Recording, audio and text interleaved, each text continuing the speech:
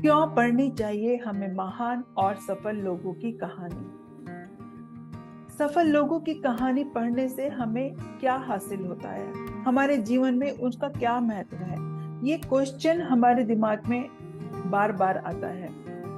तो हमें सफल लोगों की कहानी इसलिए पढ़नी चाहिए क्योंकि उनकी कहानी पढ़ने से हमें एक नई प्रेरणा मिलती है। अगर हमारे जीवन में जोश कम हो रहा है या किसी कार्य को करने का हमारे अंदर साहस नहीं है, वो ऊर्जा नहीं है, तो वो ऊर्जा, वो साहस या वो प्रेरणा हमें कहानी पढ़कर मिलती है। तो इन कहानियों को पढ़ना जीवन में सफलता पाने के लिए कहीं ना कहीं बहुत आवश्यक हो जाता है।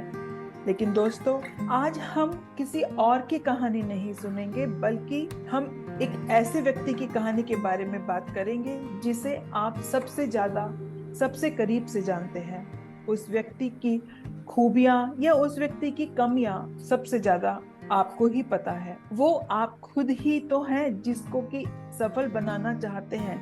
यह आपकी सफलता की कहानी है। जी हाँ, यह आपकी सफलता की कहानी है। आप खुद को एक सफल व्यक्ति के रूप में देखना चाहते हैं, तो आपको अपनी खुद की सफलता की कहानी स्वयं ही लिखनी होगी। सबसे बड़ी बात यह है कि आपकी सक्सेस स्टोरी, आपकी सफलता की कहानी इस दुनिया का कोई भी इंसान नहीं लिख सकता। तो चलिए, आज आपको कुछ ऐसे सीक्रेट्स के बारे में बताते हैं जिससे आप अपनी खुद की सफलता की कहानी लिख सकेंगे। दोस्तों, आपने उस महान सिकंदर का नाम तो जरूर सुना होगा जिसने पूरी दुनिया को जीतने का लक्ष्य बनाया हुआ था। अपने देश से बहुत दूर के देशों को वह जीतता ही जा रहा था। वह अपने लक्ष्य की ओर बहुत तेजी से बढ़ रहा था, क्योंकि इसके पीछे एक बहुत बड़ा रहस्य छिपा हुआ था। उसे जब भी किसी साम्राज्य को जीतना होता था, तो सबसे पहले वह अपनी विशाल सेना सहित उस देश के निकट पहुंच जाता था। इसके बाद वह अपने सैनिकों से उन जहाजों आदि को नष्ट करवा देता था जिसकी सहायता से वह वहां तक पहुंचता था। इसके बाद वह अपनी सेना के साथ उस देश से युद्ध लड़ता था और जीत जाता था। तो क्या आप बता सकते हैं कि वो क्यों जीतता था? जी हाँ, उसके जीतने का रहस्य उसके जहाजों में छुपा हुआ है, जिसको वो अपने सैनिकों से नष्ट करवा देता था। वह अपने वापस जाने के सभी साधनों को नष्ट करवा देता था।